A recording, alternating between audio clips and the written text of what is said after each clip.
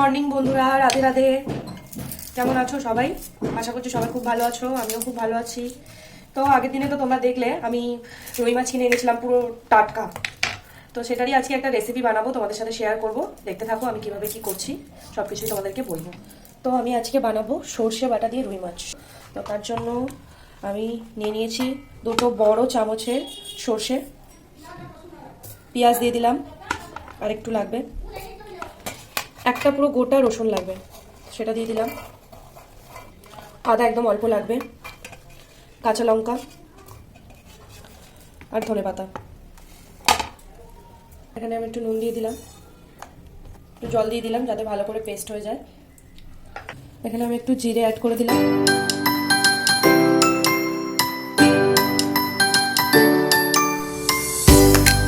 তো দেখো আমার পেস্টটা পুরো একদম রেডি হয়ে গেছে। এবারে আমাদেরকে টমেটো গ্রেট করে নিতে হবে। এখানে আমি কেটে রেখেছি টমেটো, এটাকে আমরা পেস্ট করে নেবো। তো দেখো যেহেতু আমরা 4 জন মানুষ, আমি 4 পিসি মাছ নিয়েছি। এখানে মাছটাকে একটু ম্যারিনেট করার জন্য নুন নিয়ে নেব, হলুদ, সর্ষের তেল। তো আমি এখানে ভালো করে ম্যারিনেট করে নিয়েছি। আমি কড়াই একটু বেশি করে তেল নিয়ে নেবো, হালকা করে একটু তেলের মধ্যে নুন অ্যাড করে নেবো যাতে মাছগুলো আমার কড়াইতে ধরে না যায়। আমি এখানে তেলের পরিমাণটা অনেকটাই বেশি নিয়েছি, কেন নিয়েছি সেটা তোমরা একটু পরে জানতে পারবে।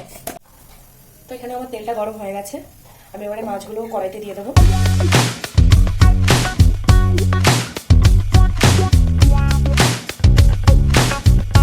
তো আমার এক পিঠ হালকা হালকা ভাজা ভাজা হয়ে গেছে, আমি উল্টে দিয়েছি। আর একটা পিঠ ভাজার জন্য একদম কড়া কড়া করে মাছটা ভাজতে হবে। মাছটা একটু সময় করে, মানে একটু বেশি টাইম নিয়ে ভাজতে হবে, যাতে একদম দেখতে পাচ্ছ আমার মাছগুলো কেমন লাল লাল হয়ে গেছে। একটু কড়া করে লাল লাল করে ভাজতে হবে, তবেই টেস্টি লাগবে খেতে। আমার মাছটা ভাজা ভাজা হয়ে এসছে, এবারে মাছটা তুলবো।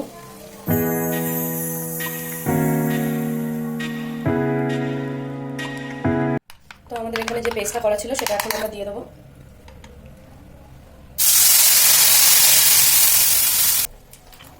যেটা লেগেছিল ওটা জল দিয়ে ধুয়ে পেস্টের জলটাও দিয়ে দিলাম। তেলটা বেশি এই জন্যই দিয়েছি, যখন কষাবো যদি তেলটা কম থাকে না তাহলে সর্ষেটা তেতো হয়ে যাবে। তার জন্যই আমার তেলটা একটু বেশি দেওয়া, যাতে না তেতো ভাবটা চলে আসে তরকারির মধ্যে। এটা তেল ছাড়ুক ভালো মতন, তারপরে টমেটো পেস্টটা দেবো। এখানে একটু হলুদ অ্যাড করে নিলাম, লঙ্কার গুঁড়ো। আজকে না মনে হয় লাইটটা ঠিকঠাক নেই, তাই ভালো সুন্দর করে তোমাদের দেখাতে পারছি না। প্লাস এই ফ্ল্যাটের রেনোভেশনের কাজ চলছে, এত আওয়াজ হচ্ছে, আমি জানি না আমার ভয়েসটা কেমন আসছে, আমাকে আবার ভয়েস ওভার দিতে হবে কিনা। তো দেখবো সেটা লাস্টে। তো দেখতে পাচ্ছ কি সুন্দর একটা কালার এসে গেছে।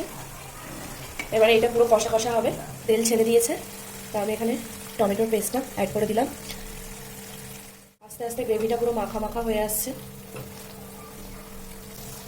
এটাকে ভালো করে 15-20 মিনিট ধরে টাইম নিয়ে কষিয়ে নিতে হবে, তবেই গিয়ে টমেটোর কাঁচা গন্ধটা কাটবে।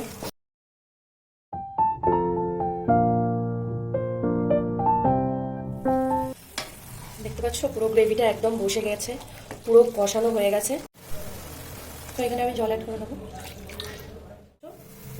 পুরো এটা ফুটে গেছে, এবারে আমাদের যে মাছটা ছিল সেটা ছেড়ে দেবো একটা একটা করে।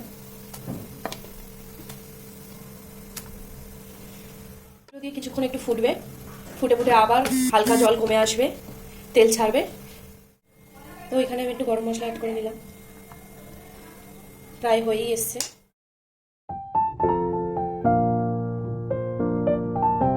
ছিঁড়ে রাখা কাঁচা লঙ্কা অ্যাড করে দিলাম, ধনিয়া পাতা কুচানো।